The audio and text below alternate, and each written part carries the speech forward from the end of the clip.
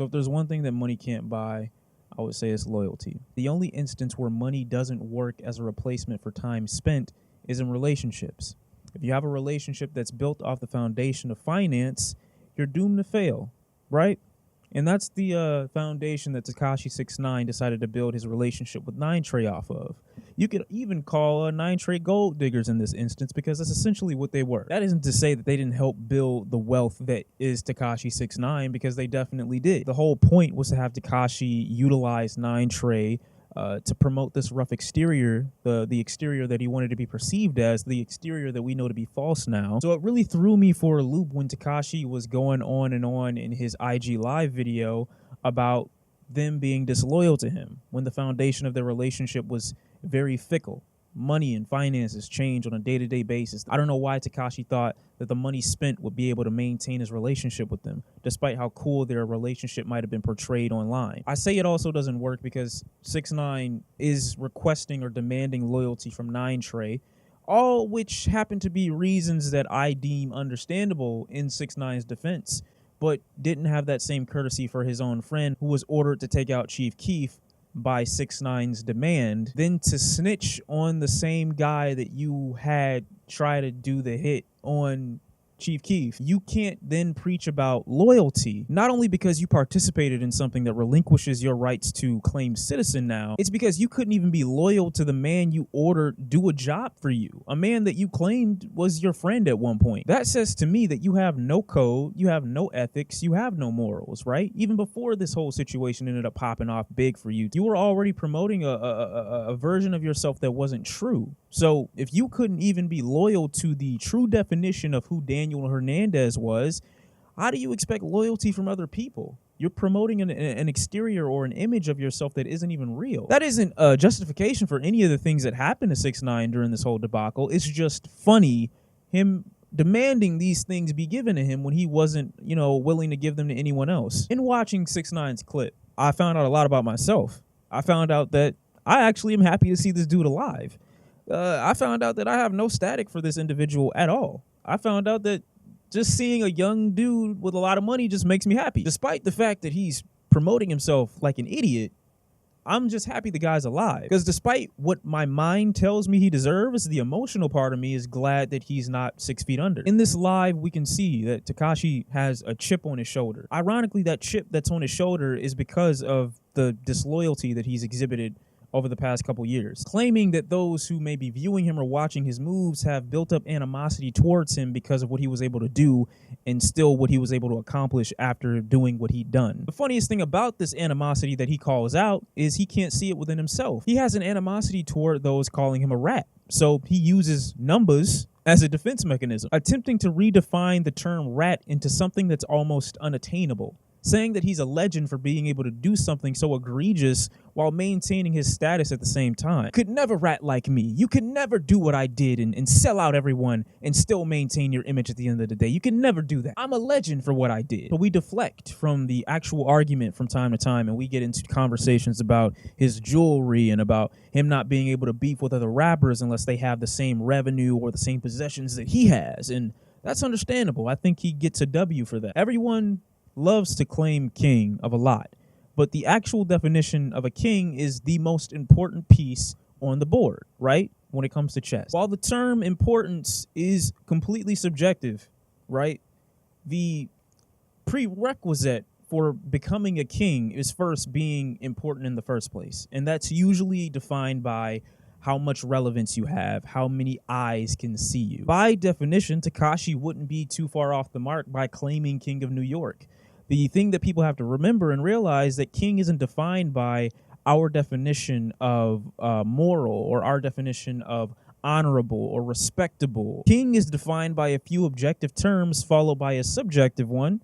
And yeah, Tekashi meets at least some of those requirements much more than other people are claiming. The problem with Tekashi's argument in this instance is you can't really be proud of being the king of New York if you're also the rat of New York. Two monumental milestones achieved by the same person, literally disabling him from being able to be all the way happy or being all the way sad. So it's reasonable why he would have animosity built up, because he can't enjoy the fruits of his labor all the way without also being reminded of the shit that it took for him to get there. So all those sorries that he's throwing out to other rappers saying that he understands why they'd be upset, those sorries aren't sympathetic, they're condescending. Watching his live for a little bit longer, he then goes on to victimize himself for being memed and joked on for 2 years. I'm sorry, but throwing Cardi B's name as a blood in a court case, that'll do it to you. 6ix9ine goes on in the live to say y'all didn't really have a reason to dislike me, as if his existing court case with the child that everyone knows about went away along with the gang that he snitched on, or the way he used to move being a mirror image of the way he moved in this new Instagram live, where he essentially just parades himself, his possessions, the women and the jewelry for 5 minutes before the live even starts, not even having to verbally explain himself, acting as if those reasons also don't contribute hugely to the distaste and the disdain toward Tekashi 6ix9ine. But no, let's make it about your colored hair and your face tattoos and your voice on songs, as if Lil Uzi Vert has never existed. You would stir up drama and controversy for no reason at all. There was a reason people disliked you. It wasn't just because of your hair or their musical preference. When I first heard his song Gooba, I think it is, I really enjoyed it, and I still enjoy it right now. I'm still listening to it. I still want to, look for the great parts of it, because I still do like listening to the song. But it came off so confident and just like a middle finger back to everything and everyone that had been giving him shit for doing what he'd done.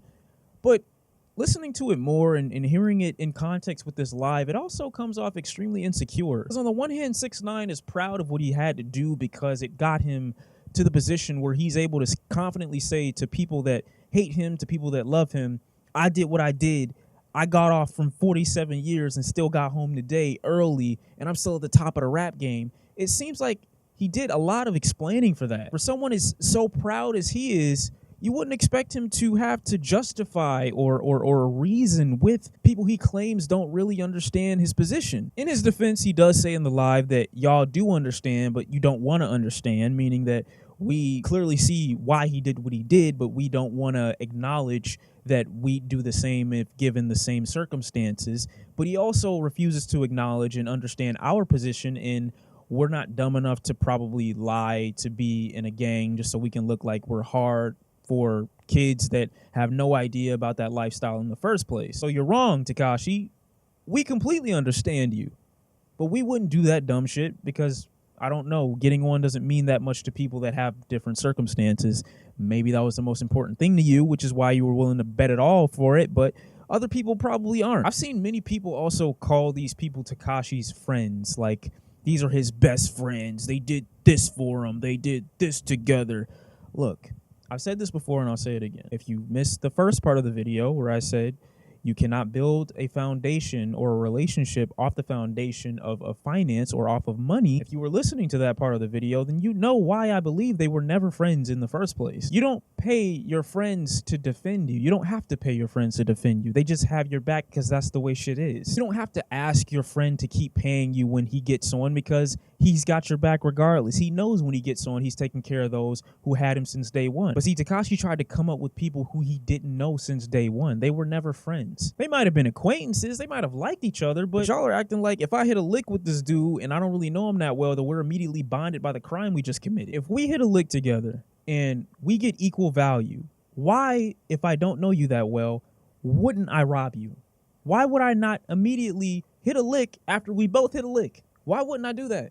You're not my friend. I don't know you. 6ix9ine is a really fun person to cover because he always says something that piques everyone's interest. But to put a pin in this, for right now at least, yes, it is incredibly idiotic for someone like 6ix9ine to make an entire IG Live rant talking about loyalty when the loyalty he's preaching about was literally purchased. You cannot buy loyalty. You don't know these people. Guess what? I bet if you ask 6ix9ine, I bet he'll tell you they probably didn't have any friction with each other, but they had friction with you. Why? Because you put no work in. You're not solidified in anything. The money is good while they can look at it. It's flashy. It'll catch people's attention, but it don't hold it. Eventually, you have to do something respectable enough to where these people, regardless of your views or your ethics or your moral code, just won't mess with you. You'll be solidified in a way that tells them, you know what? Anything we're thinking of trying with this dude, we can't because he's solid.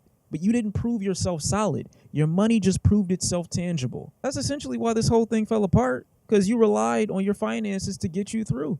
And I don't know why. I mean, I don't understand. And all for what? To be looked at as a gangster to white kids in the suburbs that don't even know your last name is Hernandez, that probably voted for Trump, and someone like you be out on your ass in a minute. If I'm sorry, that was stupid.